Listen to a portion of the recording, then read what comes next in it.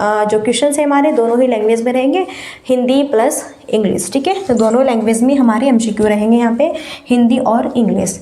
सो आपको यहाँ पे कोई भी कन्फ्यूजन्स नहीं होना चाहिए कि हाँ भाई अगर आप सीबीएसई बोर्ड से रिलेटेड है तो आपके लिए इंग्लिश में भी है, और अगर आप जो है हिंदी बोर्ड से रिलेटेड है तो आपके लिए हिंदी में एमसीक्यू मैंने रखे हुए हैं। तो चलो टाइम वेस्ट नहीं करेंगे और बढ़ते हैं अपने क्वेश्चंस की तरफ बढ़िया मस्त तरीके से और अच्छे से। और सबसे मेन जो पॉइंट्स है वो ये है कि एक बिल्कुल सरल भाषा और सिंपल भाषा के माध्यम से मैं आपको यहाँ पे सिखाने की कोशिश करूँगी। स्क्रीन पर फर्स्ट क्वेश्चन है, which of the following will support continuous and comprehensive assessment, निम्नलिखित में से कौन सा निरंतर और व्यापक मूल्यांकन का समर्थन करेगा? वृद्धि और अधिगम प्रगति पोर्टफोलियो है, मानकीकृत बुद्धि परीक्षण है, सर्वश्रेष्ठ कार्य पोर्टफोलियो है, मानकीकृत उपलब्धि परीक्षण है। अगर मैं पहले यहाँ पर आपको देखो, मैं आपको निगेटिव एंड पॉजिटिव फॉर्म में पढ़ाऊंगी पहले से ही। अगर हम बात करें मानकीकृत बुद्धि परीक्षण, तो जो मानकीकृत शब्द है ना, ये हमारा सीटेट का सबसे बड़ा क्या है, नकारात्मक शब्द है, निगेटिव। मानकीकृत अगर हमारे क्वेश्चन पॉजिटिव पूछा हुआ है, ऑप्शन में मानकीकृत शब्द दिया हुआ है, तो यह हमें पहले ही कट कर देना है, इस पर हम अपना टाइम वेस्ट नहीं करेंगे। यहाँ पर भी मानकीकृत शब्द है कि मानकीकृत उपलब्धि परीक्षण, मानकीकृत हमारे क्या है, ये नकारात्मक शब्द है। कहीं पर भी किसी भी ऑप्शन में हमें मानकीकृत शब्द दिखेगा, इसे हम कट कर देंगे। अब बचे ये दो ऑप्शन हमारे। पहले क्वेश्चन देखो, कौन सा निरंतर और व्यापक मूल्यांकन का समर्थन करता है? आईसीसी इसकी बात कर रहे हैं, निरंतर और व्यापक मूल्यांकन। देखो, निरंतर और व्यापक मूल्यांकन का मतलब होता है कि जब आपकी क्लास में टीचर्स लोग शिक्षण गतिविधि करा रहे हैं तो यहाँ पर निरंतर आपका व्यापक मूल्यांकन किया जाता है। आपको टीचर्स लोग पढ़ाते हैं, देन अगर आपको कोई भी प्रॉब्लम्स क्रिएट हो रही है तो तब भी आपका सॉल्यूशन भी ठीक है दिया जाता है। ये नहीं कि हाँ हम लास्ट में देंगे या फिर 1 साल बाद देंगे, 6 महीने में देंगे, 1 महीने में बताएंगे फलाना, ऐसे नहीं होता है। साथ ही साथ में आपका यहाँ पर एकदम से तुरंत से यहाँ पर सॉल्यूशन दिया जाता है। सर्वश्रेष्ठ कार्य पोर्टफोलियो ये बेस्ट नहीं होगा, सबसे बेस्ट होगा वृद्धि और अधिगम प्रगति पोर्टफोलियो। यस, ए ऑप्शन यहाँ पे करेक्ट है। यही बताए ना हमें कि हमें आप में ग्रो करना है, आपका डेवलप करना है और अधिगम प्रगति पोर्टफोलियो सिखाने की, और हमें बहुत ही बेस्ट यहाँ पे प्रगति अपॉर्चुनिटी बेस्ट बनानी है, जिससे कि सभी विद्यार्थी हमारे अच्छे माध्यम से सीखें। अब भैया हम क्लास में पढ़ा रहे हैं, आप लोगों की समझ नहीं आ रहा है तो भाड़ में जाए पढ़ाना भी, ये कोई पढ़ाना हुआ? पढ़ाना वह होता है जिससे आप सही माध्यम से सीखें और आपकी समझ में भी आए और आपका विकास भी हो, साथ साथ में आपका ग्रो भी हो, वृद्धि। तो दोनों चीज़ हमारी लर्निंग में पोर्टफोलियो बेस्ट यहाँ पे तरीके से हम सीख सकें। ओके, सबसे बेस्ट ऑप्शन होगा ऑप्शन ए, इस चीज़ को ध्यान रखें। और ये जो सारे क्वेश्चन है ना, ये सारे आपके सीटेट के शॉर्ट पेपर वाले क्वेश्चन है, ये आपके पेपर में आए हुए क्वेश्चन है, इसलिए आप ये देखो कि कैसे क्वेश्चन आते हैं, किस माध्यम से क्वेश्चन पूछे जाते हैं, तो उस माध्यम से ही आप अपनी तैयारी को निरंतर यहाँ पे करो। और हाँ, बहुत जल्द नोटिफिकेशन देखने को मिलेगा, इसलिए आप अभी से तैयारी में लग जाओ। ये मत सोचो कि जिस दिन नोटिफिकेशन आएगा उसी दिन। देखो, पार वही करता है अपनी मंजिल जो पहले से ही तैयार रहता है, पार वही करता है अपनी मंजिल जो पहले से तैयार रहता है। और जब आप का नोटिफिकेशन आएगा तो तब आप घुटनों पे टिकेंगे कि अब मैं क्या करूँ, ये करूँ, वो, इतना टाइम नहीं मिलता। ठीक है, चलो आगे बढ़े। देखो स्क्रीन पर सेकंड क्वेश्चन है, सेकंड क्वेश्चन भी बेस्ट है। यहाँ पर देखो एसोसिएशन वाला और रीजन्स वाला क्वेश्चन है, अभिकथन और कारण। भैया अभिकथन और कारण वाले क्वेश्चन बहुत रहते हैं आपके सीटेट के एग्जाम में, देन यहाँ पर हम अच्छे से समझेंगे। सबसे पहले हम अभिकथन पढ़ते हैं। शिक्षकों को बच्चों के साथ काम करते समय लगातार अपने स्वयं के दृष्टिकोण और पूर्वाग्रहों की जांच करनी चाहिए। देखो, टीचर्स और स्टूडेंट्स जब साथ में काम करते हैं, पढ़ते हैं या फिर यहाँ पर कुछ ना कुछ अंतःक्रिया कर रहे हैं या फिर किसी विषय पर चर्चा कर रहे हैं, तो टीचर्स को भी अपने आप में अपनी जो उनकी खुद का स्वयं का जो दृष्टिकोण है उसको और पूर्वाग्रह की जो जाँच है वह करनी चाहिए। यानी कि टीचर्स यहाँ पर क्या पढ़ा रहे हैं, क्या नहीं पढ़ा रहे हैं, है ना। सबसे पहले तो वे किस माध्यम से, क्या यहाँ पर उनकी समझ से क्या परे है या फिर क्या उनकी जो है पूर्वाग्रह की उन्हें जांच अपनी निरंतर करनी चाहिए। अब ये तो नहीं होता कि भाई देखो कुछ चीज़ यहाँ पे ऐसी है कि बच्चों से तो नहीं आती, लेकिन अगर आपसे भी नहीं आ रही है तो आप बच्चों को गलत नहीं बताएंगे, जो आपसे आता है और आप अपनी पूर्व नॉलेज के आधार पर भी, है ना, जांचिए, हर चीज़ को परखिए, तभी जा करके आप बच्चों के साथ में यहाँ पे इंटरेक्शंस कीजिए, चर्चाएँ कीजिए। कभी कभी ऐसा होता है कि टीचर्स को भी नहीं मालूम होता कि हाँ ये क्या होगा। देखो, कभी भी एक व्यक्ति पूरा पूरा पूर्ण नहीं होता कि हाँ पूरा ही परिपूर्ण है। अब ऐसा भी होता है कि हाँ अभी जो है जो भी हमें पढ़ाया जा रहा है, फिर जो भी हम पढ़ाएंगे टीचर्स को नहीं भी पता, ठीक है। तो वह चीज़ हमें बच्चों को गलत नहीं बतानी है, पहले हमें खुद को भी इस चीज़ का यहाँ पर जांच करनी है कि हाँ भाई ये चीज़ सही है कि नहीं है, ये बिल्कुल राइट होगा। ओके, अब देखो अभिकथन तो हमारा करेक्ट है। अब कारण समस्या समाधान की प्रक्रिया कार्यात्मक स्थिरता से क्या है, बाधित है। तो समस्या समाधान की प्रक्रिया कार्यात्मक स्थिरता से बाधित है, यह चीज़ यहाँ पर आपकी है तो सही, लेकिन यहाँ पर ए और आर दोनों सही है, लेकिन ए की आर सही व्याख्या नहीं करता है, इसलिए सही आंसर आपका क्या होगा, सेकेंड आंसर हो जाएगा। देखो बच्चों के सामने अगर कोई भी समस्याएं क्रिएट हो रही है, समस्या समाधान, फर्स्ट ऑप्शन आपका बिल्कुल अलग है, सेकेंड ऑप्शन बिल्कुल रीजन आपका अलग है, इसलिए दोनों मेल नहीं खा रहे। अपने आप में ये भी सही है ये भी सही है। किसी बच्चे को अगर समस्या है, समस्या प्रॉब्लम है, और अगर आप उसे स्थिर रूप में ही चीज़ों को बताएंगे, लेकिन समस्याओं का निदान आप उस माध्यम से कीजिए कि अगर इस माध्यम से नहीं हो रहा है तो हम अलग माध्यम से बताएंगे, लेकिन अगर आप स्थिर होकर ही समस्या का समाधान खोजने की कोशिश करेंगे तो इससे बालकों में बाधित भी यह उत्पन्न हो सकता है, इसलिए ठीक है। ये अपने आप में अलग है और ये अलग है। यहाँ पर बात हो रही है टीचर्स और बच्चों के इंटरेक्शंस और यहाँ पर ये समस्या समाधान की बात कर रहे हैं, इसलिए दोनों अपने आप में संबंधित नहीं है, इसलिए सही आंसर ऑप्शन बी होगा। नेक्स्ट थर्ड क्वेश्चन है और ये क्वेश्चन भी बेस्ट है। देखो, गणित में अपने खराब अंकों के बारे में बात करते हुए अभी कहता है मुझे अंकों की समझ नहीं है। अभी अपने प्रदर्शन का कारण किसको ठहरा रहा है, किस्मत को, कार्य कठिनाई को, कोशिश की कमी को, या फिर योग्यता का अभाव है। तो बताइए भाई फटाफट, मस्त एकदम बढ़िया क्वेश्चन है। ओके, तो गणित में अपने खराब अंकों के बारे में बात करते हुए अभी कहता है, देखो गणित में, मैथ्स में यहाँ पर एक लड़का है जिसका नाम क्या है, अभी है, एक छात्र है, और यहाँ पर गणित विषय है, गणित क्या है, विषय है, और गणित में जो उसके मार्क्स से नंबर है वो कम आए हैं। तो गणित में अपने खराब अंकों के बारे में बात करते हुए अभी कहता है मुझे अंकों की समझ नहीं है। अभी अपने प्रदर्शन का कारण किसको ठहराए, किस्मत। ये कहेगा मेरी किस्मत ही खराब है, मेरी तो किस्मत ही फूटी है, मेरे तो कभी भी मैथ में 6 नंबर आते नहीं है। हम अपने आप को दोष नहीं ठहराते हैं, हाँ भाई किस्मत को दोष दे रहे हैं, हाँ क्या बात है भाई किस्मत बढ़िया है, मेरी किस्मत तो बहुत ही बुरी है, बस क्या ही पूछे, मुझे बस मैथ्स में तो फेल करना ही होता है इसे मेरी किस्मत को, ठीक है। कार्य कठिनाई का है भैया, कार्य कठिनाई का नहीं है, कोशिश की कमी है। देखो अगर आप कोशिश करेंगे ना बिल्कुल मन बना करके आके, हाँ हमें करना ही है तो करना ही है, तो वह चीज़ हो जाती है, इतना भी हार्ड नहीं। लेकिन क्या है, योग्यता का, यस आपका योग्यता के अभाव है, आपने यहाँ पे प्रिपरेशन बेस्ट तरीके से नहीं की है, अच्छे से आपने मैथ्स को सही तरीके से सॉल्व नहीं किया है, इसलिए यहाँ पर आप जो है इनमें खराब अंक लेके आए। तो यह जो बच्चा है अभी, यह अपनी योग्यता का अभाव दर्शाता है कि मेरी योग्यता का अभाव है। क्या है, मेरी योग्यता का अभाव है, मैं सही तरीके से मेहनत नहीं कर पाया, इस वजह से किस्मत को नहीं ठहरा रहा है फलाना, हाँ किस्मत रोने बैठ जाओ, ठीक है। सही आंसर ऑप्शन डी होगा। नेक्स्ट देखो क्वेश्चन 4 है और बेस्ट मस्त क्वेश्चन है। लेव वाइगोत्स्की के सिद्धांत के अनुसार छात्रों के सीखने के अनुभव को बेहतर बनाने के लिए निम्नलिखित में से कौन सा एक अनुशंसित दृष्टिकोण है। क्वेश्चन है वाइगोत्स्की से रिलेटेड, और जो लेव वाइगोत्स्की हैं ये रूस के रहने वाले थे। ओके, बेहतरीन मस्त यहाँ पे क्वेश्चन है। एक तो भाई वाइगोत्स्की है, एक है आपके जीन पियाजे, ये तो दोनों क्या ही बताएं, बहुत ही बेहतरीन मस्त एकदम इंपॉर्टेंट रहते हैं आपके, और यहाँ से क्वेश्चन ना बने ऐसा हो ही नहीं सकता, यहाँ से तो बहुत सारे क्वेश्चन बनते हैं सीटेट के एग्जाम में, ठीक है।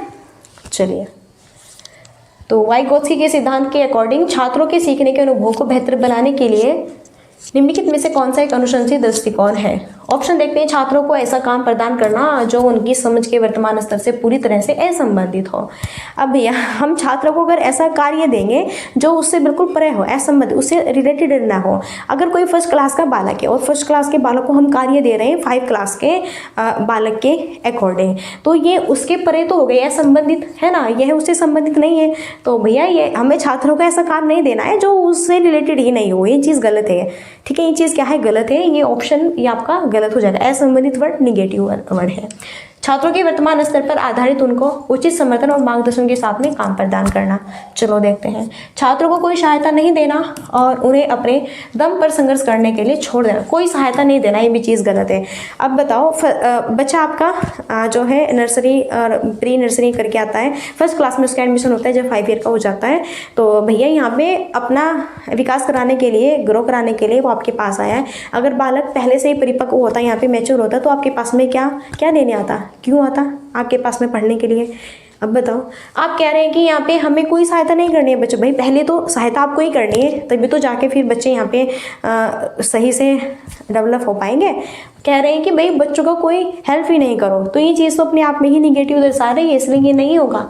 छात्रों को ऐसा काम प्रदान करना जिसे हमें व्यक्तिगत रूप से प्रबंधित और पूरा कर सके। छात्रों को आप ऐसा कार्य सौंपो यहाँ पे जिसे भी व्यक्तिगत रूप से प्रबंधित होकर, यानी कि या तो आप उन्हें बस इस तरह से करो कि ये कार्य आपको करना ही करना है, अगर नहीं करोगे ना तो बहुत पिटाई होगी, दंड दिया जाएगा, सजा होगी, स्कूल से भगा दिया जाएगा, मारपीट होगी, फलाना ढिमकाना, इस तरह के वर्ड्स आप यूज़ करो, है ना। इस तरह बोलो कि हम ये करेंगे वो करेंगे, अगर आप लोगों ने अपना ये कार्य पूरा नहीं किया है। प्रबंधित, आप उसे करने के लिए पूरे उकसा रहे हो स्वयं यहाँ पे, ठीक है, तो ये चीज़ भी गलत है।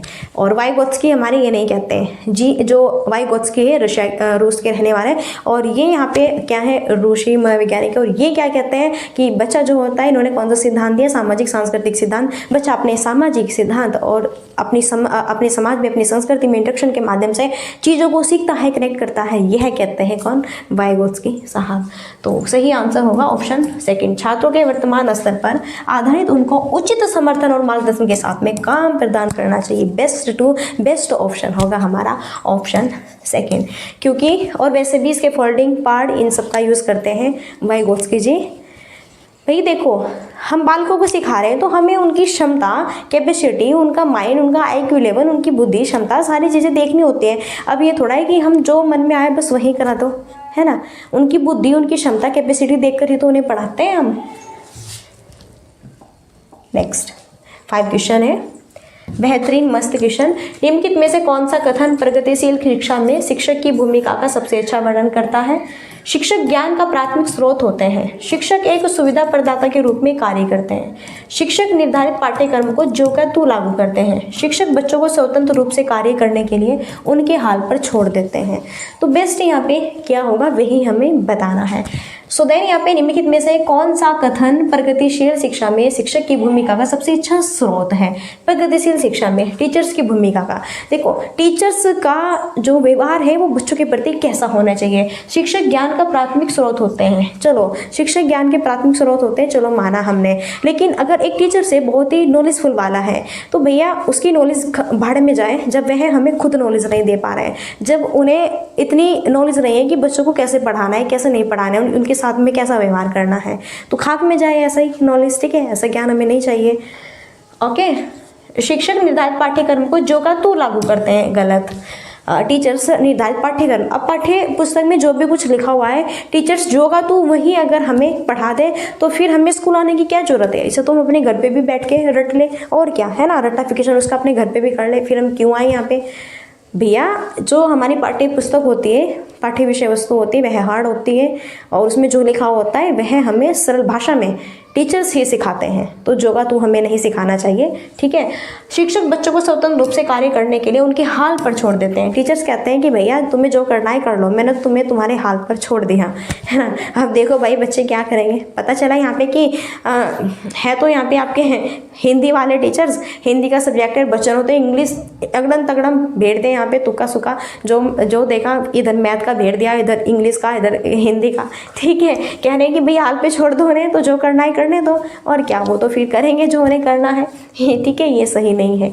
और सही क्या है, सेकंड, शिक्षक एक सुविधा प्रदाता के रूप में कार्य करते हैं। यस, यहाँ पे देखो जो एक टीचर्स होते हैं सबसे मेन यहाँ पे इम्पोर्टेंट जो होता है वो होता है कि उनका व्यवहार बच्चों के साथ में एकदम बेस्ट होना चाहिए, एकदम मस्त होना चाहिए।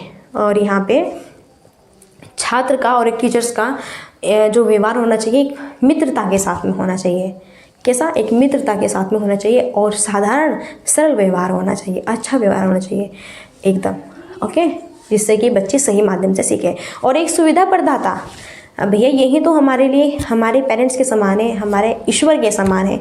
हम गुरु को हम एक ईश्वर का जो है यहाँ पे प्रदाता मानते हैं, ईश्वर के समान मानते हैं टीचर्स को। क्यों? क्योंकि एक टीचर्स ही ऐसा होता है जो कि हमारे भविष्य का क्या करता है, विकास करता है, हमारे भविष्य को उज्जवल बनाता है और हमें डेवलप करता है। सो बेस्ट यहाँ पे सेकंड होगा आंसर। नेक्स्ट देखो 6th क्वेश्चन है बेस्ट। हार्वर्ड गार्डनर की दी गई बुद्धि की अवधारणा का क्या निहितार्थ है। हार्वर्ड गार्डनर भी अपने आप में बहुत ही फेमस मनोवैज्ञानिक माने जाते हैं और इन्होंने सिद्धांत दिया है बहुबुद्धि का सिद्धांत। ये कहते हैं कि भैया जो यहाँ पर एक बालक होता है ना, वह ये नहीं कि सिर्फ और सिर्फ उसमें एक ही प्रकार की बुद्धि होती है, अलग भिन्न भिन्न टाइप्स की उसमें बुद्धि होती है। अब ये नहीं कि हम सिर्फ और सिर्फ एक ही क्षेत्र में ग्रो कर पाएंगे, कि ऐसा नहीं होता कि हाँ भैया अगर तुम स्कूल नहीं जाओगे ना, पढ़ोगे लिखोगे नहीं तो तुम अपने जीवन में कुछ नहीं कर सकते, ऐसा कुछ नहीं। मुकेश अंबानी है 5 क्लास ये समझो पढ़ा लिखा है, इतना भी नहीं है कहते हैं, है ना। और वो देखो यहाँ पे पूरे देश पर राज कर रहा है कि नहीं कर रहा है। तो ऐसा कुछ नहीं कि सिर्फ और सिर्फ उसमें क्या है, उसमें और अलग प्रकार की नॉलेज है। तो ये नहीं होता कि सिर्फ और सिर्फ हम एजुकेशन के फील्ड में ही ग्रो कर सकते हैं, बस यहीं पे हम अपनी आर्थिक स्थिति को बेस्ट बना सकते हैं। नहीं भैया, हमें तो यहाँ पे सिंगर बनना है, या फिर हमें तो यहाँ पर साइंटिस्ट बनना है, या फिर हमें अलग अलग चीज़ों में इंटरेस्ट है। हमें तो जो है खेल में इंटरेस्ट है, क्रिकेट में, वॉलीबॉल में, या फिर यहाँ पे जो है बहुत सारे गेम्स हैं, कबड्डी में, खो खो है ना, बहुत सारे गेम्स हैं, हमें तो उनमें इंटरेस्ट है ना। तो ये नहीं होता। तो यही कहते हैं हार्वर्ड गार्डनर की एक बालक में बहुत प्रकार की बुद्धि होती है। इन्होंने 9 प्रकार की बुद्धि बताई है, वर्तमान में इनकी 9 बुद्धि है। चलो ऑप्शन देखते हैं। बुद्धि केवल प्रयोगात्मक अधिगम से बुद्धि केवल शब्द है, वैसे ही गलत हो गया। सीटेट में ये जो केवल शब्द होता है ना, ये निगेटिव का बाप है बिल्कुल। केवल जहाँ पर भी दिखे ना आपको तो उसे हमें इनकरेक्ट कर देना है, ठीक है। बुद्धि केवल प्रयोगों पर ही आधारित नहीं होती, सैद्धांतिक भी होती है, सारी होती है। बुद्धि का केवल एक ही आयाम नहीं भाई, बुद्धि का केवल एक ही आयाम नहीं होता, बुद्धि बहुआयामी होती है। सभी लोग दुनिया को समान रूप से समझते हैं। और देखो, सभी लोग दुनिया को समान रूप से थोड़े समझते हैं। अब जैसे मैं समझती हूँ, जैसे मेरी नॉलेज है, जो मैं करती हूँ, क्या सेम वही आप करते हैं?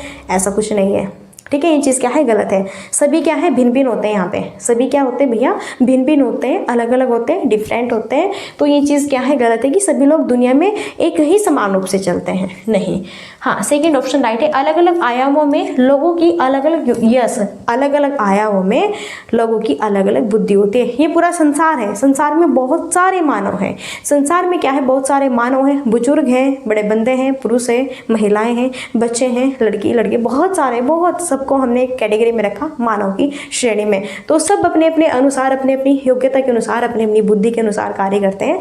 जैसे जिसको चलना है, घूमना है, फिरना है, खाना है, पीना है, सोना है, उठना है और पहनना है, जो भी कुछ करना है भैया, सब अपने अपने अनुसार करते हैं, अपनी अपनी बुद्धि क्षमता के अनुसार करते हैं, ठीक है। चलो, सही आंसर ऑप्शन बी था उसमें। नेक्स्ट देखो, निम्नलिखित में से अवधारणा के निरूपण का कौन सा क्रम बच्चों की संज्ञानात्मक क्षमताओं के उत्तरोत्तर विकास के अनुसार है? तो इनमें से कौन सी अवधारणा, निरूपण का कौन सा क्रम, हमें क्रम बताना है बच्चों की संज्ञानात्मक क्षमता के उत्तरोत्तर। सबसे पहले बच्चे अपनी क्षमता के आधार पर क्या क्या वर्क करते हैं, किस किस माध्यम से? संकेत आधारित, छवि आधारित, क्रिया आधारित नहीं। संकेत आधारित, क्रिया आधारित, छवि आधारित नहीं। छवि आधारित, संकेत आधारित, क्रिया आधारित नहीं। सबसे पहले क्या, क्रिया, एक्टिविटी, क्रिया आधारित, फिर छवि आधारित, फिर संकेत आधारित। देखो, एक जो छोटा नन्हा बालक होता है, सबसे पहले एक जो नन्हा मुन्ना होता है वह अपनी माँ के घर में, है ना, अपनी माँ के घर में रहता है। और भैया 9 मंथ तक फिर उसका जन्म होता है। जन्म के बाद में 1 दिन का होता है, 2 दिन का, 3 फिर 1 मंथ का, 2 मंथ का, फिर 1 ईयर का, 2 ईयर का, 3 ईयर का, इस तरह से आगे बढ़ता जाता है। तो जैसे जैसे वह आगे की ओर बढ़ता जाता है, ऐसे ही उसकी अलग अलग यहाँ पे जो क्रियाएं होती है, एक्टिविटीज़ होती है करने की, वो भी डिफरेंट होती है। जैसे ही बच्चे ने जन्म लिया तो जन्म लेते ही बच्चा बहुत तेजी से रोता है एकदम। ये क्या है, उसकी क्वालिटी है, सभी निथार्थी बच्चे करते हैं, है ना भाई। नेचुरली जो बच्चे होते हैं जिनका जन्म होता है, सभी बच्चे रोते हैं, तो यही है। फिर धीरे धीरे जो छोटे छोटे बालक होते हैं पहले बहुत सोते हैं काफ़ी, 3 मंथ के हुए, 4 मंथ के हुए, थोड़ा हल्का फुल्का हाथ पैर इधर उधर फाँकना स्टार्ट किया उन्होंने। 4 मंथ के, 6 मंथ के हुए तो धीरे धीरे वह पीठ के बल बैठना शुरू करेंगे। और फिर 6-7 मंथ के हुए तो धीरे धीरे वह फिर यहाँ पर आपकी गोद से उतर के, चारपाई से जहाँ पर भी आपने बैठा लेटाया हुआ है वहाँ से धीरे धीरे उतर के वो घुटनों के बल चलना सीखेंगे। घुटनों के बल चलते चलते धीरे धीरे 1 साल या फिर कुछ महीने धीरे धीरे आके वो घुटनों के बल से पैरों पर खड़ा होना सीखेंगे और बोलना सीखेंगे। छोटे छोटे शब्दों का, वाक्यों का, वर्णों का यूज़ करना सीखेंगे। वही यह चीज़ है कि भैया किस तरह से बच्चा अपने संज्ञान रूप से सही क्रम के आधार पर कार्यों को करता है। तो सबसे पहले एक्टिविटीज़ क्रिया आधारित छोटी छोटी करेगा, फिर एक दिन ऐसा भी आएगा कि उसकी छवि आधारित उन चीज़ों को भी समझने लगेगा और फिर संकेत के आधार पर भी चीज़ों को समझने लगेगा। पहले जो छोटा बालक है देखो यहाँ पे क्रिया आधारित, यानी कि जैसा वो देखता है ऐसा करता है। फिर यहाँ पर उसकी छवि बनाएगा। अब मानो कि यहाँ पे उसने डॉगी को देखा कि हाँ डॉगी बात करता है, भौंकता है। फिर कहीं पर अगर उसने भौंकता हुआ देखा तो अपने माइंड में छवि बना ली उसकी कि हाँ भाई वह डॉगी है, भौंक रहा है, उसे इतना पता है। फिर संकेत के थ्रू भी हम चीज़ों को समझा सकते हैं, समझ सकते हैं। इसलिए सही आंसर ऑप्शन ए होगा। आई होप समझ आ गया होगा। 8 क्वेश्चन है और ये अभिकथन और कारण वाला क्वेश्चन है, ये भी देन बेस्ट क्वेश्चन है आपका। शिक्षकों को कक्षा में प्रभावी संज्ञान सुनिश्चित करने के लिए बच्चों को संवेगात्मक सहारा देना चाहिए। संवेग में संज्ञान एक दूसरे से जटिल रूप से संबंधित है। सही विकल्प का हमें चयन करना है। ओके, अभिकथन देखो, शिक्षकों को कक्षा में प्रभावी संज्ञान सुनिश्चित करने के लिए बच्चों को संवेगात्मक सहारा। यस, बिल्कुल सही बात है। एक टीचर्स का यह दायित्व होता है कि हम अपने बालकों का सही से किस प्रकार, किस माध्यम से उनका विकास करें, डेवलप करें, उनमें वृद्धि ग्रो करें, कैसे हम उनका भविष्य उज्जवल करें, कैसे उन्हें आगे की और हम यहाँ पर अग्रसर करें, कैसे उनकी हम प्रगति करें। तो एक टीचर्स का यह दायित्व होता है यह सुनिश्चित करना कि जब हम यहाँ पे शिक्षण गतिविधि करा रहे हैं तो बच्चों को उनकी क्षमता के आधार पर, उनकी रुचि के आधार पर, उनकी कैपेसिटी के आधार पर सभी उनकी खेल गतिविधि, उन्हें खेल गतिविधि करा के बस हमें सिखाना है। तो इस माध्यम से हमें उनके साथ में अच्छे से, है ना, उसी माध्यम से, और हमें उन्हें सहारा भी देना है, हेल्प भी करनी है। सही बात है। और जो समय जो संज्ञान होता है ना, यह भी अपने आप में संबंधित है और जटिल रूप से यह आपके एक दूसरे के साथ में संबंधित है। ये भी पॉइंट्स बिल्कुल करेक्ट है। इसलिए सही आंसर ऑप्शन ए होगा। ए और आर दोनों ही सही है और ए और आर दोनों सही व्याख्या करता है। ओके, चलिए नेक्स्ट क्वेश्चन देखो। विकास के संदर्भ में निम्नलिखित में से कौन सा कथन सही है? विकास के संबंध में निम्नलिखित में से कौन सा कथन सही है, करेक्ट है, वह हमें बताना है। सबसे पहले अगर हम विकास की डेफिनेशन देखें, विकास जिसे हम डेवलपमेंट भी कहते हैं, विकास जो होता है माँ के गर्भ से ही स्टार्ट हो जाता है और जब तक आपकी डेथ नहीं हो जाती, जब तक आपकी सांसें चलती है तब तक आपका विकास होता रहता है। विकास क्या होता है, यहाँ पर व्यापक होता है। विकास का क्षेत्र व्यापक क्यों होता है? बहुत ही फैला होता है। विकास का जो क्रम होता है वो एक रूप होता है। अब ये नहीं कि हाँ आप भारत के रहने वाले, दूसरा बच्चा जापान का है, रूस का है, तो ये नहीं कि भारत का जो बच्चा है अगर उसका जन्म हुआ तो वो शेषावस्था में आएगा, और अगर जापान में कोई बच्चा पैदा हुआ है तो वो एकदम जाके आपको किशोरावस्था में होगा। नहीं, एक क्रम में चलता है विकास। कैसे?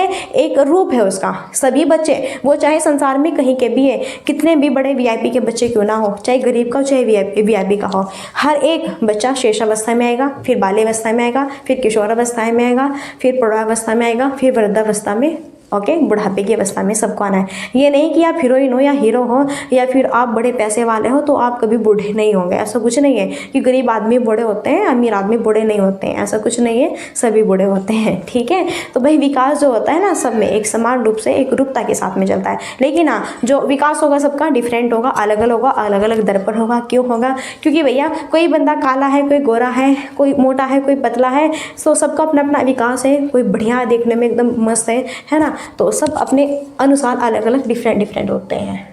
तो विकास एक असतत नहीं, विकास एक सतत प्रक्रिया है। विकास विशिष्ट से नहीं, विकास विशिष्ट से सामान्य की ओर नहीं, विकास सामान्य से विशिष्ट की ओर चलता है। विकास स्टार्टिंग में छोटा रूप प्रदान करता है, फिर धीरे धीरे जाके चीज़ों को सीखता है। जैसे मैंने बताया कि जब बच्चे का जन्म होता है तो एकदम थोड़ा है ना कि वो एकदम बस यहाँ पे कूद पड़ा परिपक्वता में जाके किशोरावस्था में, नहीं ना, शेषावस्था में। पहले वो धीरे धीरे यहाँ पे प्रक्रिया सारी स्टार्टिंग से जो धीरे धीरे होगी वो करेगा, फिर जाके अपना, है ना, हर एक स्टेज में हर एक टाइम पर जिस समय बढ़ता जाएगा तो बच्चा भी बढ़ता जाएगा, ग्रो होता जाएगा। विकास के विभिन्न पहलू एक दूसरे से स्वतंत्र नहीं, एक दूसरे से स्वतंत्र नहीं, अलग नहीं है, एक दूसरे से संबंधित है। विकास के विभिन्न पहलू होते हैं और ये अपने आप में एक दूसरे से जुटे हुए हैं, संबंधित है। ओके, सही आंसर होगा विकास चक्रीय तरीके से होता है, रेखिक नहीं। ये नहीं कि एक रेखा में होता है, विकास चक्रीय तरह से होता है, ऐसे ऐसे ऐसे वर्तुलाकार होता है विकास। वर्तुलाकार क्यों होता है मैंने बताया ना, कभी विकास कम होता है, कभी ज़्यादा होता है। सबसे ज़्यादा विकास होता है शेषावस्था की टाइम पर, फिर बाल्यावस्था में थोड़ा धीमा होता है, फिर किशोरावस्था में बहुत ही बेस्ट होता है। इस माध्यम से होता है, कभी कम कभी ज़्यादा, इस तरह ग्रो होता है। इसलिए सही आंसर ऑप्शन बी होगा, रेखिक नहीं होता आपका। ठीक है, ले वैगोत्स्की के अनुसार बच्चे अपने स्वयं के व्यवहार को किस प्रकार नियमित करते हैं? अनुकूलन की प्रक्रिया द्वारा, संतुलीकरण की, आत्मवाक के प्रयोग, खुद को पुनर्बलन के उपयोग। ले वैगोत्स्की के अनुसार बच्चे अपने स्वयं के व्यवहार को किस प्रकार, देखो एक वाइगोत्स्की है, एक है जीन पियाजे, इन दोनों का ही कंसेप्ट है। जब यहाँ पे एक व्यक्ति है, बालक है, मानो जो भी है, ठीक है, जब अपने आप ही स्वयं खुद ही बात करता है। अब मानो कि हम अब सीटेट का फॉर्म फिलअप करेंगे जुलाई वाला, और मानो बाई चांस हमारा वह क्लियर नहीं हुआ, या फिर अगर हमारा क्लियर हो गया तो हम खुद ही अपने रूम में आए, हम लेट गए या फिर बैठे हुए हैं, तो हम खुद ही खुद बहुत खुश है, हैप्पी है, मन ही मन क्या करें, वाह वाह वाह वाह वाह, मेरी मेहनत रंग लाई और मैंने अपना सीटेट क्लियर। हम अपने आप स्वयं खुद ही में बात कर रही हूँ, वाह क्या रूम में और कोई नहीं है, खुद ही कह रही हूँ वाह वाह बहुत बढ़िया, मैंने मेहनत की थी, हाँ मैंने यूट्यूब से पढ़ा था, मैंने शिवानी मैम की क्लास देखी थी, वाह क्या मस्त स्टडी भी पढ़ाया उन्होंने, और मेरा तो बिल्कुल हूबहू वही क्वेश्चन, वही सेम टू सेम कंसेप्ट मुझे मिला है, बढ़िया एकदम जो मैंने चाहा था, मेरे 120 प्लस मार्क्स लेके आई हूँ मैं, मस्त एकदम बढ़िया किया है, एकदम बहुत हैप्पी हैप्पी, और खुद से ही बातें कर रहे हैं। वह है क्या यहाँ पर स्वयं, जब हम खुद अकेला बंदा जब खुद अपने आप में बात करता है तो वह वाइगोत्स्की के थ्रू क्या कहलाएगा, आत्मवाक कहलाएगा। उसे वाइगोत्स्की क्या कहेंगे, आत्मवाक। आत्मवाक जब हम स्वयं बात करते हैं तो यह क्या कहलाता है, आत्मवाक कहलाता है। ओके क्लियर है, चलो, और यहाँ से क्वेश्चन एक जरूर बनता है एग्जाम में। नेक्स्ट देखो भैया 11 क्वेश्चन है फिर स्क्रीन पर। कक्षा 5वीं के बच्चों को तैरने और डूबने की अवधारणा को पढ़ाने के लिए, देखो कक्षा 5वीं के बच्चों को तैरने और डूबने की अवधारणा को पढ़ाने के लिए संरचनावाद में दृढ़ विश्वास रखने वाले शिक्षकों द्वारा कौन सा शैक्षणिक दृष्टिकोण अपनाया जाएगा।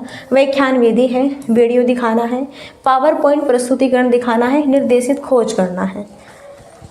कक्षा 5वीं के बच्चों को, क्लास 5 के स्टूडेंट्स हैं, क्लास 5वीं के बच्चों को तैरने, देखो क्लास 5 के बच्चों को तैरना और डूबने की अवधारणा को पढ़ाने के लिए संरचनात्मक में दृढ़ विश्वास रखने वाले टीचर्स कौन सा शैक्षणिक दृष्टिकोण अपनाया जाएगा। भाई यहाँ पे टीचर्स लोग बच्चों को सिखा रहे हैं कि भैया कैसे तैरा जाता है और डूब कैसे सकते हैं आप, तो कैसे आप अपने बॉडी का संतुलन बना के रखेंगे। अगर आप कभी नदी में, तालाब में या फिर कभी स्विमिंग पूल में नहाने का अगर आपका मन भी है, नहा रहे हैं, तो किस प्रकार आपको अपने बॉडी को संतुलन में रखना है। तो क्या हम इसे व्याख्यान विधि, व्याख्यान देंगे तो क्लास 5 का बच्चा है व्याख्यान से नहीं समझेगा, व्याख्यान भी नहीं, वीडियो दिखा के नहीं, अभी इतना मैच्योर भी नहीं है कि हाँ आपने बस वीडियो ओपन किया और वह समझ लेगा, इतना इंटेलिजेंट नहीं हुआ अभी इस क्लास का बालक। पावर पॉइंट प्रस्तुतिकरण दिखाएंगे नहीं, बल्कि निर्देशित खोज यहाँ पे, हाँ उन्हें पहले हम खुद करेंगे, फिर उन्हें खुद स्वयं करके दिखाएंगे किस तरह से हमें तैरना है, किस तरह हमें अपनी बॉडी का संतुलन बना के रखना है, और क्या किस माध्यम से आप डूबने की स्थिति में भी आ सकते हैं, क्या कैसे, ठीक है, सारी चीज़ें हमें करके दिखानी होगी, तब जाके बच्चा सीखेगा खोज के माध्यम से। और जब तक बच्चा स्वयं खोज करके नई चीज़ों को सीखेगा तब तक वह चीज़ें नहीं सीख सकता। नेक्स्ट, निम्नलिखित में से कौन सी सार्थक सीखने के लिए प्रभावी स्मृति तकनीक नहीं है। देखो क्वेश्चन पूछा है निगेटिव, क्वेश्चन पूछा है भैया निगेटिव, जो नहीं होना चाहिए। क्वेश्चन पूछा है आपसे निगेटिव। रटना, सिखाना और दोहराना, अवधारणा, दृश्यकरण, स्मृति सहायक विधियां हैं, व्यापक दोहराव है। कौन सी सार्थक सीखने के लिए प्रभावी स्मृति तकनीक नहीं है। हम बच्चों को सिखा रहे हैं, शिक्षण गतिविधि करा रहे हैं, या फिर यहाँ पर संप्रेषण अलग अलग थ्रू से हम सिखाने की कोशिश करते हैं, सीखते हैं, लर्निंग करा रहे हैं, कर रहे हैं, तो हमें यहाँ पे कौन सा तरीका नहीं अपनाना चाहिए। सबसे बेस्ट तो ये होता है कि हमें स्वयं यहाँ पर खुद एक्टिविटीज़ करनी होनी चाहिए, और भैया हमारी रुचि के आधार पर हो, और हम अगर बालक नहीं सीख रहे हैं तो खेल गतिविधि कराओ, उस माध्यम से सीखेंगे, है ना, ये सारे अगड़म तगड़म हम लगाएंगे। लेकिन सिर्फ और सिर्फ रटाफिकेशन या फिर दोहराओ, है ना, अगर हम बार बार एक ही चीज़ को दोहराए जाएंगे, रिपीट करते जाएंगे और कुछ अलग बच्चों को नहीं सिखाएंगे, उससे बच्चे क्या होंगे, बोर हो जाएंगे, क्या होंगे, बोर होंगे, और वह रुचि भी नहीं लेंगे। और रटाफिकेशन, हूबहू जो लिखा हुआ है बस उसका रट्टा कर लो, रट लो कि हाँ ये चीज़ लिखी हुई ना किताब में, उसको भी बस आपको रट लेना है, समझो आप सीख गए। तो भैया ये भी चीज़ नहीं कराना है। अवधारणा, दृश्यकरण, जो आप पढ़ा रहे हैं उसका दृश्य एकदम चार्ट वार्ट के थ्रू दिखा के पढ़ाओ। मानो आप हमें बच्चों के ऐसे अनार आसे हम सिखा रहे हैं, तो ऐसे अनार के सामने अनार का चित्र दिखाओ, दृश्य उन्हें बेस्ट होगा। स्मृति सहायक विधियाँ, स्मृति उन्हें इस माध्यम से पढ़ाओ जिससे कि उन्हें चीज़ें याद भी रहे, है ना। व्यापक दोहराओ, थोड़ा रिपीटेड भी कराते रहो जिससे कि बच्चा सही से संतुलन में चीज़ों को याद करता रहे, ठीक है। सो सही आंसर क्या नहीं होना चाहिए कि बस रट्टाफिकेशन करा दो और दोहरा दो उन्हें, ये बेस्ट नहीं है। नेक्स्ट, निम्नलिखित में से कौन सा एक अच्छी तरह से तैयार किए गए आलोचनात्मक सोच वाले पर्सन की विशेषता नहीं है? आलोचनात्मक सोच वाले पर्सन कैसे पर्सन है, पहले तो ये समझो। देखो, आलोचनात्मक सोच वाले पर्सन ऐसे पर्सन होते हैं जिन्हें हम एक तरह से नहीं, अलग अलग भिन्न भिन्न तरह से सॉल्व कर सकते हैं। मानो हमारे सामने अगर कोई समस्या है तो सिर्फ और सिर्फ अगर हमारे सामने कोई समस्या है तो हम उसे एक साइड से नहीं, बल्कि यहाँ पे देखो कोई समस्या है तो उसे हम इस तरह से सॉल्व कर सकते हैं, इस डायरेक्शन में जाके, इस डायरेक्शन में। अगर ऐसे सॉल्व नहीं हो रहा तो दूसरी डायरेक्शन यूज़ करेंगे, है ना। यानी कि भिन्न भिन्न यहाँ पर हम खोजबीन के माध्यम से अलग अलग यहाँ पर हम निर्णय निकालने की कोशिश करेंगे। वह होते हैं आलोचनात्मक सोच। आलोचनात्मक सोच वह होता है जिसे हम मुक्त रूप से सोच सकते हैं कि हाँ भाई, अगर हमें इसका क्वेश्चन ऐसे नहीं मिल रहा तो हम यहाँ पे और माध्यम से ढूंढेंगे और माध्यम से मिलेगा। अगर ऐसे भी नहीं मिल रहा तो नेक्स्ट माध्यम से ढूंढेंगे, ऐसे भी नहीं मिल रहा तो और यहाँ पे तरीका देखेंगे। ये होता है आलोचनात्मक सोच। तो आलोचनात्मक सोच वाले पर्सन की क्या विशेषता नहीं है ये बताना है। तो यह उच्च स्तरीय सोच और समस्या समाधान कौशल को बढ़ावा देता है। इसमें सूचना के विश्लेषण और मूल्यांकन की आवश्यकता होती है। यह मुख्य रूप से तथ्यात्मक जानकारी पर आधारित होता है, तथ्यों पर। यह खुला प्रश्न है और कई, हाँ, यह खुला प्रश्न है और इसके बहुत सारे उत्तर हो सकते हैं। बिल्कुल सही बात है, इसलिए नहीं होगा, हमें वो बताना है जो नहीं होना चाहिए। हाँ, यह उच्च स्तरीय सोच वाला क्वेश्चन है और इसमें समस्या समाधान कौशल को बढ़ावा देता है। सही बात है, उच्च स्तरीय कौशल वाला। अब जब आप परिपक्व हो जाते तभी हमारे अंदर आलोचनात्मक सोच डेवलप होती है। इससे पहले ये भी नहीं कि हम इतने परिपक्व नहीं हो और हम अलग अलग यहाँ पे डिफरेंट आंसर्स को खोज सकते हैं। यह उच्च स्तरीय सोच वालों के लिए क्या होता है, बेस्ट होता है। और इसमें सूचना के विश्लेषण और मूल्यांकन की आवश्यकता होती है। सही बात है, इसलिए सही आंसर क्या होगा, ऑप्शन बी। क्यों कि यह मुख्य बस तथ्यों पर आधारित है। तथ्य यानी कि एक दो ही आंसर पर डिपेंड है। मानो मैंने क्वेश्चन किया कि बताओ अभी जो है 2025 में वर्तमान में भारत के प्रधानमंत्री कौन है, तो ये बस आपका एक तथ्य बता देंगे, प्रधानमंत्री जी हैं, है ना। कौन है भाई यहाँ पे प्रधानमंत्री जी बता दिया, कौन है, नरेंद्र मोदी जी के। अब इसका आंसर एक ही है, तथ्य है, इसका एक ही आंसर है, एक ही जानकारी है। लेकिन अगर मैं ये पूछूं कि बताओ मुझे यहाँ पे प्रधानमंत्री जो है हमारे वर्तमान में, उनकी मुझे कुछ क्वालिटी बताओ, उनकी कुछ मुझे गुण दोष इस तरह बताओ, तो फिर तो आप भैया इस तरह से छाप दोगे ना भाई यहाँ पे पूरा, हाँ ये वो ऐसे हैं, वो दिखने में ऐसे हैं, वो ऐसे कार्य करते हैं, यूँ फलाना नहीं, जो भी जिसके मन में जो भी भरा हुआ है ना वो सारा आप, ठीक है, सब बता दोगे। तो इसलिए तथ्य जानकारी यह आपके आलोचनात्मक सोच से डिपेंडेंट नहीं होती है। नेक्स्ट देखो 14 क्वेश्चन है और ये भी अभिकथन और कारण वाला क्वेश्चन है। क्या बात है, एकदम मस्त अभिकथन और कारण वाला तीसरा क्वेश्चन आ चुका है। और हाँ, ये आपके स्पेशली 4 या 5 क्वेश्चन भी पूछे जाते हैं एग्जाम में ये, ठीक है। अभिकथन पढ़ते हैं। विविध सांस्कृतिक पृष्ठभूमि से छात्रों की जरूरतों को पूरा करने के लिए कक्षा शिक्षण को सांस्कृतिक रूप से उत्तरदायी होना चाहिए। विविध सांस्कृतिक पृष्ठभूमि से देखो, जो बालक होते हैं ना, अलग अलग परिवार से होते हैं, अलग अलग सबका रहन सहन होता है, अलग अलग पेरेंट्स होते हैं, अलग अलग उनका क्षेत्र होता है, अलग अलग क्षेत्रीय भाषा होती है, अलग अलग सबके रहन सहन तरीका, अलग अलग धर्म होता है ना। तो अलग अलग संस्कृति होती है, कोई हिंदू है, मुस्लिम, सिख, ईसाई, सब अलग अलग डिफरेंट। हिंदू में बहुत सारी जातियाँ हैं भैया, है ना। इस माध्यम से तो उन बच्चों की ज़रूरतों को पूरा करने के लिए हमें कक्षा शिक्षण को एक संस्कृति रूप के लिए उत्तरदायी बनाना चाहिए। भाई उनकी संस्कृति के आधार पर उन्हें देखते हुए हमें एकजुट होकर के उन्हें बिल्कुल ऐसे संजो करके पढ़ाना चाहिए। सही बात है, क्योंकि डिफरेंट व्यक्ति विभिन्नता वाले बच्चे आते हैं हमारी क्लास में, और हिंदू के भी है, मुस्लिम भी, सिख भी है, ईसाई भी है। तो उन्हें देखते हुए हमें उसी प्रकार शिक्षा प्रोवाइड कराने, जिससे कि किसी बच्चे को बुरा भी ना लगे और सबको नॉलेज भी मिल जाए। कारण कक्षा में समता केवल मानकीकृत पाठ्यचर्या व आकलन के द्वारा सुनिश्चित की जा सकती है। एक तो बात केवल आ गया, दूसरा शब्द मानकीकृत आ गया, तो दोनों ही चीज़ क्या होगी, गलत होगी।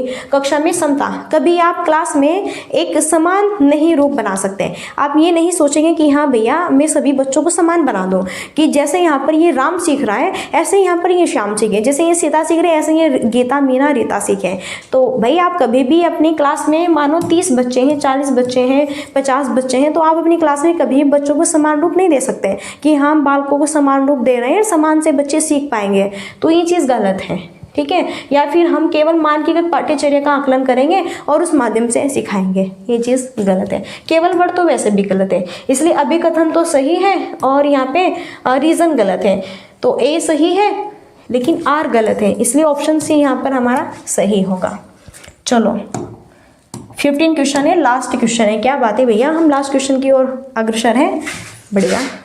जागृति को पता चल गया कि उसका कुत्ता रस्टी एक गोल्डन रिट्रीवर है। जब वह एक और कुत्ते को देखती है जो रस्टी जैसा दिखता है लेकिन एक अलग नस्ल का है, तो वह उसे भी कुत्ता ही समझती है। जीन पैसे के संज्ञानात्मक विकास के सिद्धांत के अनुसार यह किस अवधारणा को प्रदर्शित करता है? अहम केंद्रिता, संरक्षण है, वस्तु स्थायित्व, आत्मसातीकरण है। क्या बात है भाई, जाते जाते देखो भैया हमें जीन प्याजे जी के दर्शन हो गए, है ना, क्वेश्चन में है ना। तो भाई जीन प्याजे का जो है दर्शन न हो ऐसा हो नहीं सकता। इतनी हम आपको तैयारी कराएंगे, हर एक उसमें सेशन में जीन प्याजे तो रहेंगे और वाइगोत्स्की, इनके दोनों की बात तो होती है। जीन प्याजे हैं, वाइगोत्स्की है और भाई हावर्ड गार्डनर है। क्या बात है, बिल्कुल बिल्कुल कुंडलियाँ तीनों ने बिल्कुल सेम ऐसी रखी है भैया कि इनके बिना सीटेड नहीं है, ठीक है, ये तीनों आते ही आते हैं। तो देखो, जागृति को पता चल गया है कि उसका कुत्ता रस्टी गोल्डन रिट्रीवर है। देखो, जागृति एक लड़की है, उसके पास में एक डॉगी है, उनके घर पर है। तो वह कैसा है, यहाँ पे एक रस्टी गोल्डन रिट्रीवर है। देखो जो डॉगी है, जैसे भैया हमारी अलग अलग नस्ल है ना, अलग अलग जाति है, कोई हिंदू है, कोई मुस्लिम है, सिख ईसाई, ऐसे जो ये पशु होते हैं ना, जीव जंतु जानवर होते हैं, इनकी भी अपनी अपनी नस्ल होती है। हाँ, इनके भी धर्म में भाई क्या बात है कि हाँ यह डॉगी अलग नस्ल का है, यह डॉगी अलग नस्ल का है। इसलिए तो यहाँ पे जागृति के पास में जो डॉगी है वह अलग नस्ल का है, यहाँ पर रस्टी गोल्डन रिट्रीवर है।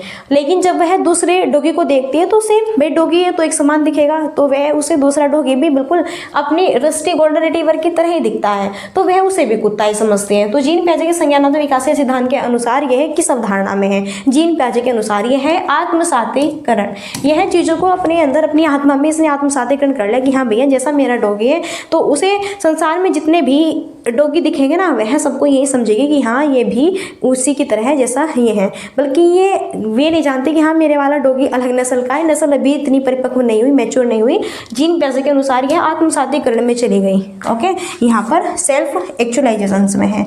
कभी कुछ ऐसा होता है कि मानो कुछ हम ऐसी चीज़ देखते हैं कि हाँ ये हुबहू अब जैसे देखो गाय है, क्या है गाय, भाई गाय की भी अलग अलग नस्ल होती है, कोई फलाने ढिमकाने की, कोई राजस्थानी गाय, कोई जो है गुजराती गाय, इस तरह से अलग अलग होती है। लेकिन गाय है, 4 पैरों वाली है और 2 सींग है, 2 आंखें हैं। हमें तो पता है, हमें जितनी भी गाय दिखेगी हम सबको समान ही कहेंगे। हम कहेंगे हाँ भाई ये गाय है, वो हमारे घर पे वो भी गाय है, हाँ सेम है। तो हमने अपने अंदर क्या किया हुआ है, इसे 1 मिनट को आत्मसातीकरण किया हुआ है हमने अपने अंदर इसको। ओके, तो भाई यहाँ पे जीन प्याजे के अनुसार यह आत्मसातीकरण है। जब यहाँ पे नस्ल अलग अलग होती है, दिखने में समान होते हैं लेकिन नस्ल उसकी अलग अलग होती है और उस चीज़ को हम एक ही मानते हैं, तो वह क्या होता है, आत्मसात होता है। आत्मसात कर लिया हमने अपने अंदर कि एक जैसे दिखने वाली चीज़ें सभी वही हैं, ठीक है, भले ही उसकी नस्ल अलग हो। देन यहाँ पे 15 क्वेश्चंस कंप्लीट हो चुके हैं और हम लास्ट आ चुके हैं अपने लास्ट प्रोसेस पर, और लास्ट प्रोसेस है हमारा like, comment, share and subscribe का। तो सेशन आपको कैसा लगा? देखो भाई पढ़ाते पढ़ाते एकदम बढ़िया मनमोहक हो गए हैं और आपको इंटरेस्ट आए कि नहीं, सो प्लीज़ आप मुझे बता दीजिएगा। आप जितने भी मेरे प्यारे बहन भाई फ्रेंड्स हैं यहाँ पे, सबका यहाँ पे दिल खोल के वेलकम है आपके अपने यूट्यूब चैनल एग्जामिनेशन हब पर। और जाते जाते एक बस बात ये कहूँगी, सेशन अगर अच्छा लगा है तो एक कमेंट ज़रूर दीजिएगा। ओके, इससे हमें भी मोटिवेशन मिलता है और भी ना यहाँ पे कुछ करने के लिए हम मोटिवेट होते हैं। और साथ ही साथ में अगर आप चैनल पर पहली बार आए तो फटाफट तुरंत सब्सक्राइब कर लो, क्योंकि मज़ेदार वीडियो इंटरेस्टिंग वाली आपको यहीं पे मिलने वाली है शिवानी मैम की। और हाँ, सीटेट जितनी भी रेट का भी पेपर हुआ था, सेम जो तैयारी कराई थी ना, सेम CDP की और हिंदी की सेम कंसेप्ट आया हुआ था, सेम क्वेश्चन आए हुए थे आपके रेट के पेपर में। और यहाँ पे भी जो सीटेट की तैयारी कराऊंगी ना, और 6 to 8 वाली में NCERT की भी मैंने क्लासेस ली हुई है, करा रही हूँ, हिस्ट्री की चल रही है, तो उन्हें भी देखो बेहतरीन है। NCERT की क्लास ऐसी करा रही हूँ कि पहले NCERT कराती हूँ, लास्ट में MCQ कराती हूँ, हूबहू वही छपा मिलेगा आपको, ठीक है। और यहाँ से भी जो करा रही हूँ ना, बेस्ट हूबहू यही मिलेगा लाइन टू लाइन। और साथ ही साथ में कंसेप्ट जो समझो वो बेहतरीन। और यहीं पे हम हिंदी गद्यांश या पद्यांश की भी क्लास ले रहे हैं, जो कि वो भी बहुत बेहतर, और उसे तो आप 2 मिनट में सॉल्व कर सकते हैं। बढ़िया टन तरीके से पढ़ा रही हूँ अभी। तो फ्रेंड्स, यहीं पर अब हम अपनी वाणी को देते हैं विराम और मिलते हैं नेक्स्ट सेशन में। और तब तक के लिए so thanks for watching, keep study and bye bye, take care. जय हिंद, जय भारत, नमस्कार।